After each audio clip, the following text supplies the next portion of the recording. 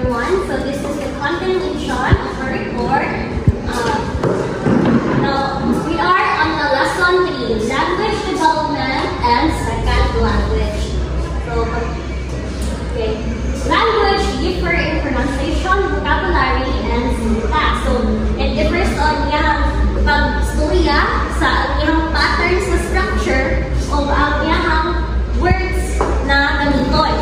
And then, despite the differences, languages share many similarities called linguistic universal. So, let us define what is linguistic universal. So, linguistic universal occur in all languages. So, the linguistic universal has the newer central action and an object of inaction. Meaning, tanan languages sa kalibutan, na sila iyang structure, na sila parts of speech, na sila verb, na sila action words, na sila noun na para sa tao or unsa pa nila. Bisag lahi ang language, present is ila. That is why it's called linguistic universal.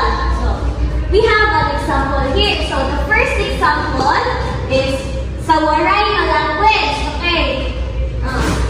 Tigadto ha isbilahan he or me. So, makita na to na yung structure, sentence structure niya. Naguna si verb, ang preposition, noun, article, and then noun na dayon. So, muna siya ang ganing structure sa waray. Now, let's go to the second example. Ang second example is Filipino na po siya. So, ang second example, si Ernie ay pupunta ng palengke. So, same na siya kung pasabot, pero dahil sa second na example, ang iyang structure na usap na po, naguna si article. Ako muna ay naguna si verb, kaya may article, noun, connector, verb, preposition, then noun. So, ano related man sila, no? Muna siya ang tawagan nila, yun yung kaning linguistic universal. Kaya even though, lahi sila na language, pareho sila gagamit ng noun, pareho sila gagamit ng verb, pareho sila gagamit ng action. So, ang last is English. Si Ernie is going to the market. So, lahi gamon siya o ganing language, lahi gamon siya o forma, pero nagagamon si noun, nagagamon si verb, nagagamon preposition, and such. So, the continuation here. It is all about the Lineberg's critical thinking hypothesis on language 2. According to Lineberg, last meeting is language learning ability is biologically tied to childhood and puberty. When we say childhood and puberty is from early years nila 0 to 15 years old. Dayon, after puberty, 12 to 15 years old, ang ingon diri is dapat sa magtuon daw ang bata sa second language is mag-start siya sa 12 to 15 years old. Dayon, one is earlier better for natural life proficiency. Then dayon kaning Kenji Hakutas K elements of critical period hypothesis. Naiupat din ka elements. First is clearly specified beginning and end points. Dapat klaro daw asa magsugod nga acquire sa bata or kanang require sa bata ay siya magtuon sa second language.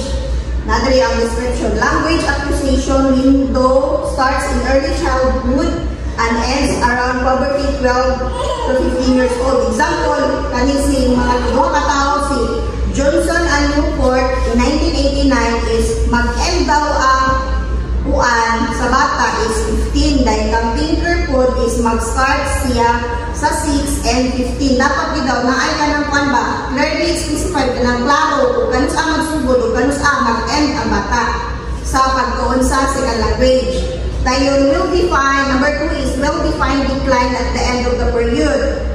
Ang description is ability should drop suddenly, not gradually after the critical period. Muna gingon nga, samtang bata pa sila, dapat tunan na nato sila sa hinay-hinay kay kung magsugod magunta sa puberty 1 sa bata is lisod na siya makap-up sa bata.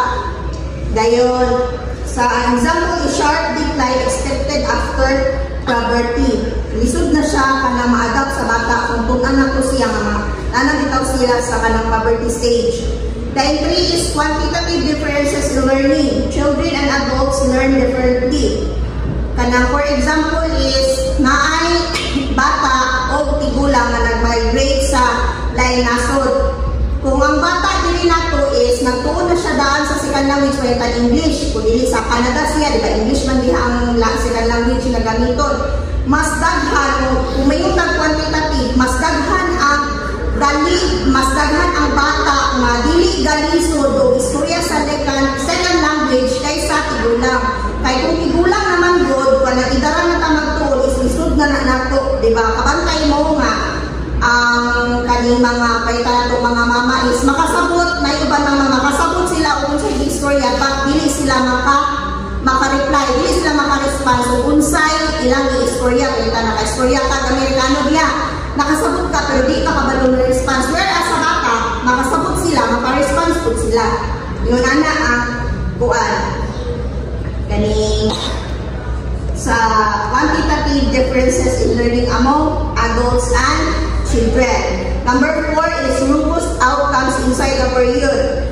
Children succeed regardless of input or environment while adults depend more on these factors.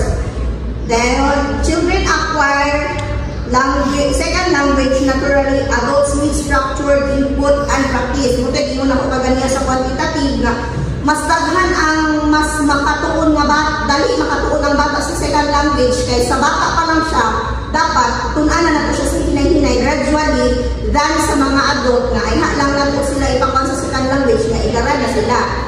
Dahil dili din kang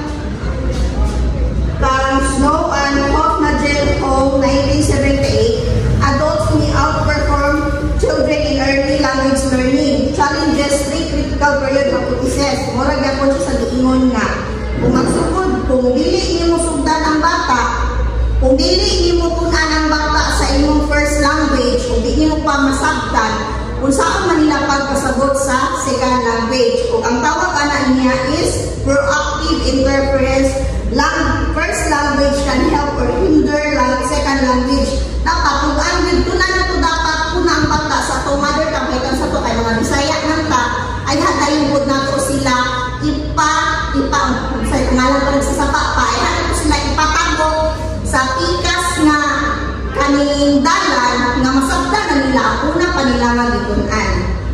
Dayon nasay positive transfer Spanish to Italiano. Kung Spanish ka, dapat magtunan sa limudaan ng Spanish ay ka magbalhin sa Italian. Then, vocab and grammar, imugin siyang tunan din. Negative transfer is mistakes from similarities. Usahay ang good na similarities na dahil same sila o kuan pero dili sila pareha o meaning. So next is the Common Interdependence Hypothesis or the iceberg model.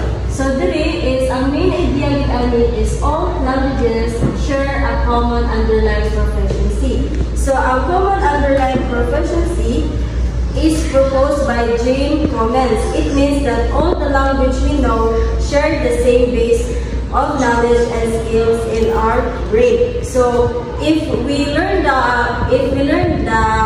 something sa first language is matransfer daw nato siya og dali sa kanang second language na ito ang ginagamit.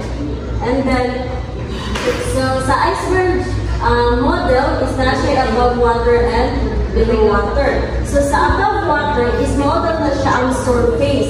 Silbi mo na siya ang languages, look, different sounds, grammar, and kanang words. Then sa below water po is mo na siya ang deep structure which is kanang mo na siya ang share na ka ba? Share ka ng skills and knowledge. The difference sa big versus calm. So ang big is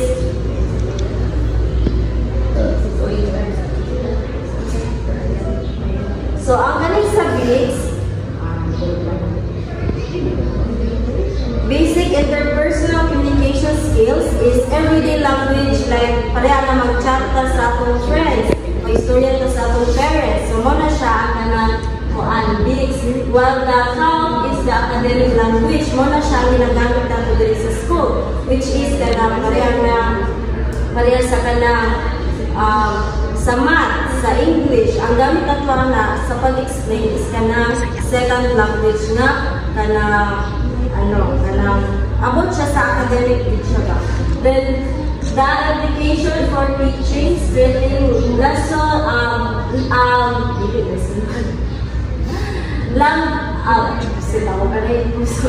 first language. Data sunod kang Russian. So there is Russian's natural approach is ang goal niya diri is mag-help sa learners use language in real life with native speakers. So ang main idea ani is ang create ani is system in Russian and the Strasy theorem. The emphasizes comprehension before production and learning through meaningful communication. So muna to kung galing na is ang goal niya is real life communication with native speakers.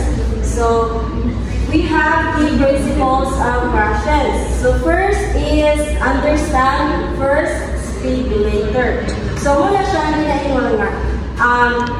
Example is ang children is mag-lesson sa stories, which is ang teacher na story sa lahat, mag-lesson ang kanang mga students, then pag nila na sa teacher, is ipalitin din niya unsa to the story. Then second is speaking develops gradually. So then at first, a learner may only say yes or no, then later they form sentences. For example, ang mga bata ay na-discuss ka dala, wala silang kabaluan na. Then pagkahuman din mo sa discussion, is nakabalo na din sila. Then number 3 is learning happens through interaction. So the word interaction sa iyo na siya, which is kanang mag-collaborate ang mga bata. So number 4 is low stress and understand interest and aid learning. So talking about favorite habits instead of boring dreams. So kana bitang example ang bata is maboring na sila is mag-talk kung kaabot sila kung sa ilang gusto, di nila kaya kanang serious na dito kayo ng mga discussion para hindi kayo sila ma-boring. So Next is the 5 hypotheses that outline the natural approach theory. So the first hypothesis is the acquisition learning hypothesis. So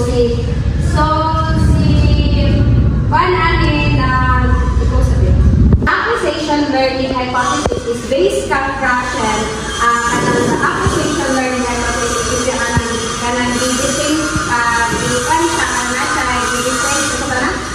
they have a distinction. Doon na siya, the acquisition, which is the acquisition language and the learning language. So first, the acquisition language is subconscious natural process with the realized learning, which is where subconscious ma-learn na to, which is ma-learn na nato ang language sa atong environment. We are subconscious na naka-learn na di ay ta sa naka-learn ta og mga languages sa ato ang base sa ato ang ma-interact na tao around us. So, language learning po is you are conscious because through learning. Na formal study, para na mag-kanang reading, ko pa books, may ngana. Then, which is kanang nag-use ko siya kanang mga grammatical structure, language learning. So next is the natural hypothesis. The natural order hypothesis is mana siya kanang which is kanang natural order hypothesis is kanang we use grammatical structure in a predictable sequence to the order they are in thoughts, which is kanang we acquire na bata pa dahil ta, we acquire lang kanang naka-learn ta first sa bata ta is battling kanang mga bababa until maka-construct ta at information sa ilang mga words na na-learn at information until maka-construct ta o mga sentence. But in a natural hypothesis is kanang first na na-acquire mo nga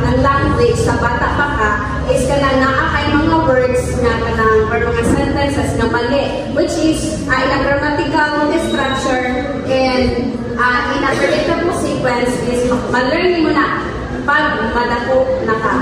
Diba, bata pa ka kay mag-storya kang kauban na kung sa imuhang nadunggan is mao man dyan nag-ibang may storya mao imong andan. Which is pagdako na nimo is kanang kung eskwela ka, maka-learn kanang ato imong words na learn sa bata pa ka is naa-day siya mali. For example, ang kanang sa subject-verb agreement. Sa subject-verb agreement, diba, most example is the dog barking. Diba, the dog barking, which is a subject-verb agreement, is the singular, if you subject is singular, then your verb has singular also, so you need to add S. So, the dog barking, so ang bata is naka-learn sa kanta siya, the dog barking. So, pag study niya as a subject-verb agreement is the dog barks. So, that's all. Okay, let's move on to the input hypothesis. When we say input hypothesis, no, from the word input, na mura na ay idugang or i-insert ng mga words, no?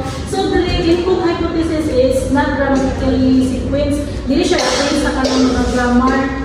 No, ang panani is example, kanang ang learners kay mayroon of, isang bata mayroon of, I want to eat, ana. So, dapat, kanang naatay idugang, I want to eat because I am hungry. So, mura naka-create na ka o isa ka sentence. Pero dili ka mag-base nga kanin wrong grammar ba siya or correct grammar ba ka. Basta kay masabtan mo ang yung istorya. So, na siya ang input hypothesis. Muna siya +1, the next level of languages complexity. No? Na example, the boy is running. Instead nga, kanaan mo ang istorya lang, itulagan mo ang the boy is running very fast because he is. Okay, so now let's move on to the next is the monitor hypothesis. So the word monitor. So there is mag-base na dito ka sa kanang correct grammar. The monitor hypothesis is one of the Stephen Krashen's 5 hypotheses. His second language. So there is kanang ma-learn ka through learn at maka-adapt ka through learning na bitaw na second language na. So, naadin siya ikuan kanang 3 conditions. First is the time. So, the speaker must have enough time to think about the role. So, paminawon nga, muna siyang kuan na daw, kanang oras bitaw nga, kani ba siya kay correct ba siya or naka-kuan na siya sa role sa mga grammar. So, next is focus on form. So, mo siya correct. The speaker must focus on correctness, not just on meaning. So, 3 is the know the role. The speaker must know the specific grammar. So, correct ba yung grammar. So, mo siya. Without monitor acquired. So, example, I go to the store yesterday. So, one siya, wrong grammar siya. Dapat I went to the store yesterday. So, mo na yung past tense na. Next is Krashen and Terry explain na ang learners nga, kung kabantay mo nga, bisan o wrong grammar, pero master ko siya mag-English sa wrong grammar, siya pakialam. So, itawag nila siya o monitor over users. Ang learners po, ang estudyante nga, kanabitang conscious kayo siya sa yung mga grammar. Pang-istorya. So, dili siya gusto nga, kanabitang mag-istorya siya in English, kay maano siya nga, mag-conditional siya. Itawag po na sila o monitor under users. And the third is, mo ang goal sa hypothesis, the optimal monitor users. Dili is dapat may wala na to ang balanced communication, ang correctness using the monitor only related.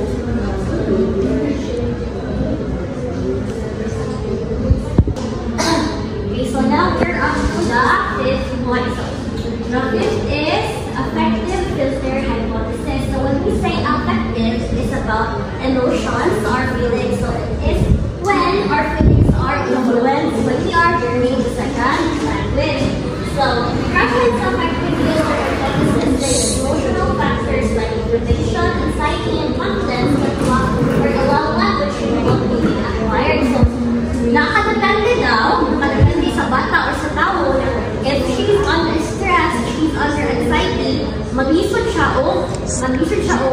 pasabot sa iyahang learn, no? Kung mag-learn siya of language, so niya, nakuhan siya, under pressure ka siya, mangulpa ka siya, mangurong ka siya, and then it would end up na dili siya learn o tarong. So, natay ginatawag na low filter and high filter. So, when we say low filter, it is relaxed and motivated.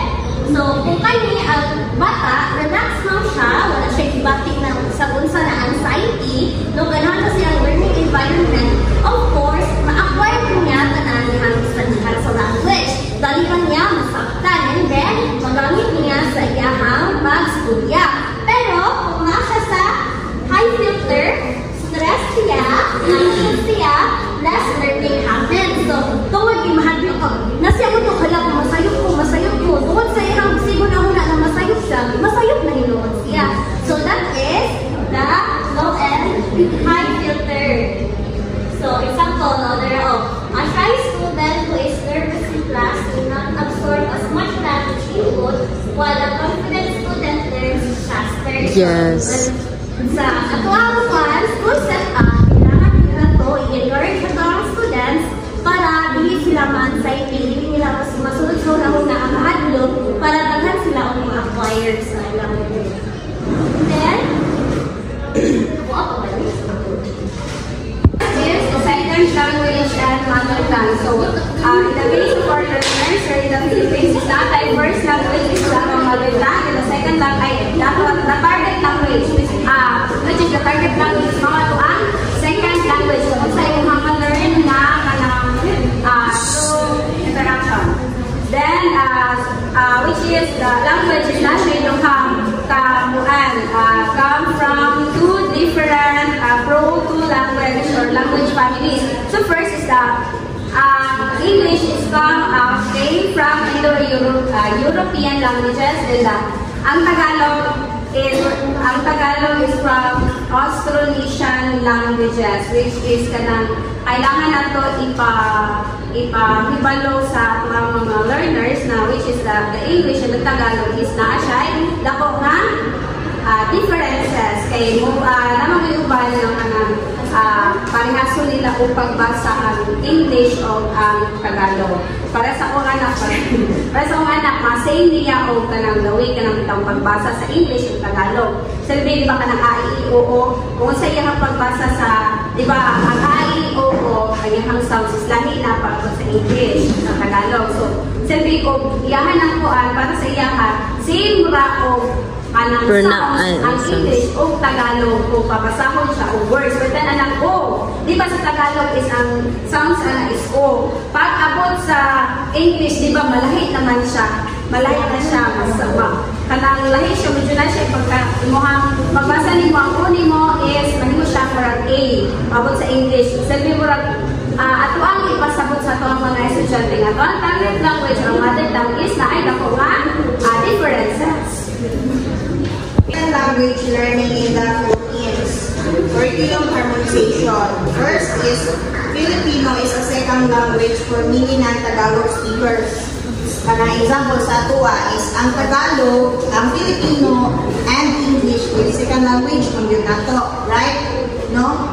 Kung kung Tagalog punta, ano kung second language is kanang English or kung namagaling sila, kung galing sila o Bisaya, kanang Bisaya, hindi lang ang second language. Vice versa lang siya, kung kung English ang imong first language, hindi mo, kung ikaw, isa ka maahalan na pinaka-country nga, ang first language nila is English, magtutupag sila o second language like Tagalog or Filipino.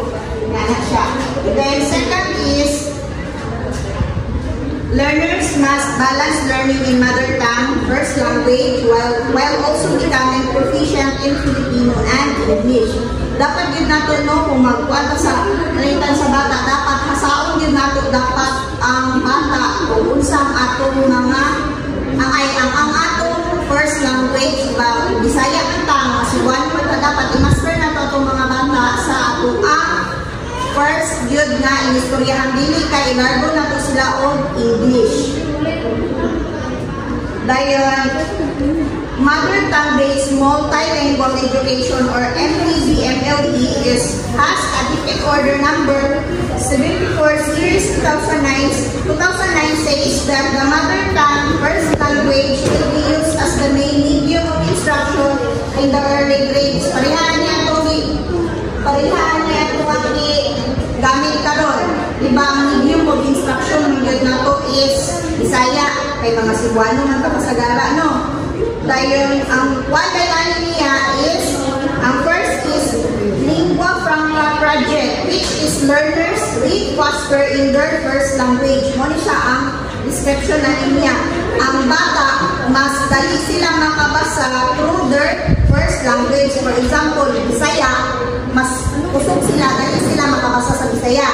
Then second is Lugwagan First Language Component, which is pupils who started in first language learn Filipino and English faster. Lahi po siya o definition. Lahi-lahi ang Lingua Franca Project and Lugwagan First Language Component.